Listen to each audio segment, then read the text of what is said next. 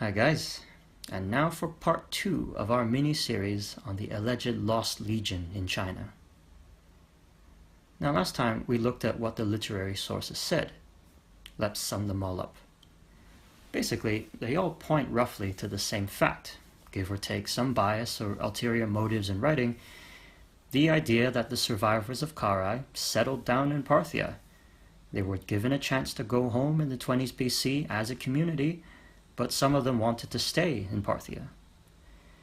Now put that all together, and it sounds like the Karai men didn't go further east than where they were settled in Margiana, and it seems there were enough of them left in the 20s BC that King Phraates knew exactly where to find them when he wanted to set them free.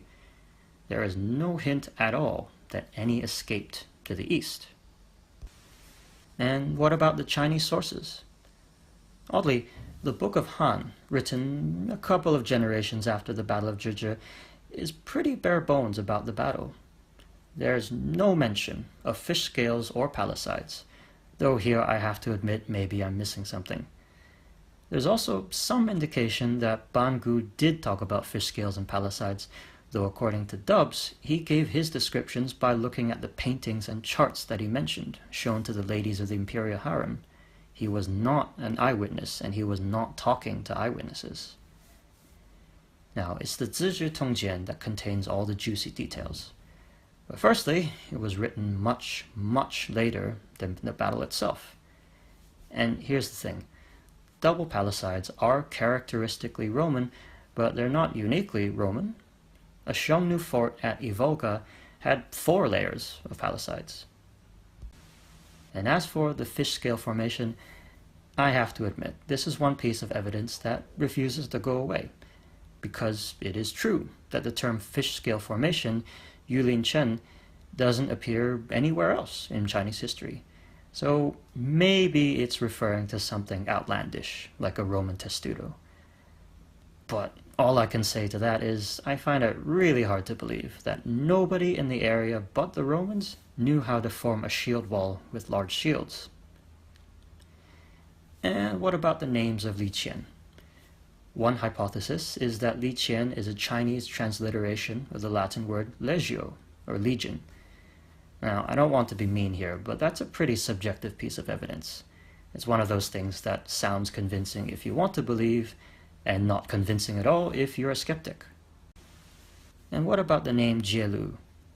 It is an interesting case, but with all the upheavals caused by Wang Mang's usurpation, why would the prisoners of Jielu necessarily refer to the Karai men? There are literally millions of other things it could be referring to. And even Li Qian itself is not watertight.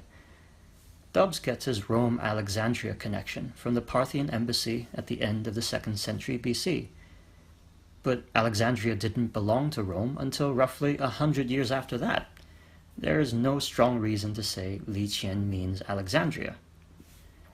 Also, and though I can't verify this, apparently there was already another Li Qian county long before the town of Li Qian was mentioned in AD 5.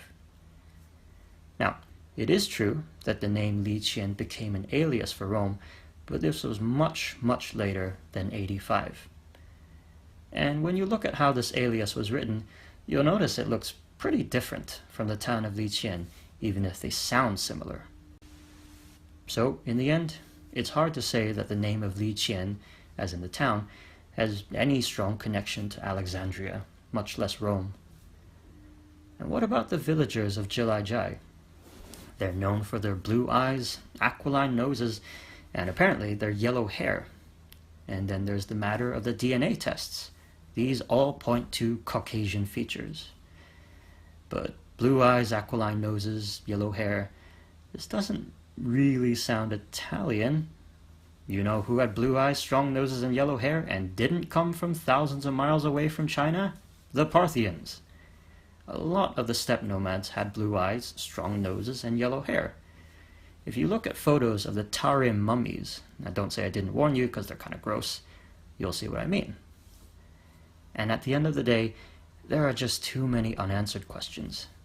How did the Karai men not only escape, but survive the journey to the Xiongnu?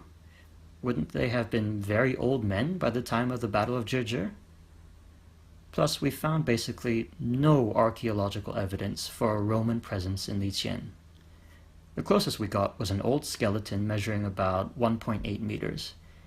Not great evidence. Plus, ancient Romans were not known for being that tall.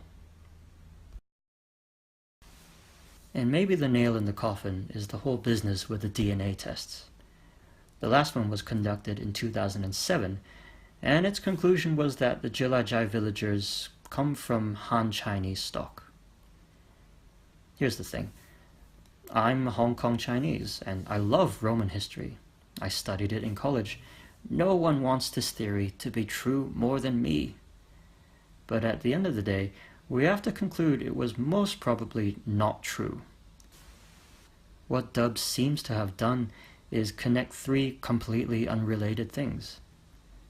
And until we find anything to re-establish those connections, this is the conclusion that we should stick with. That's it for now. Sorry for being a bummer. See you guys next time.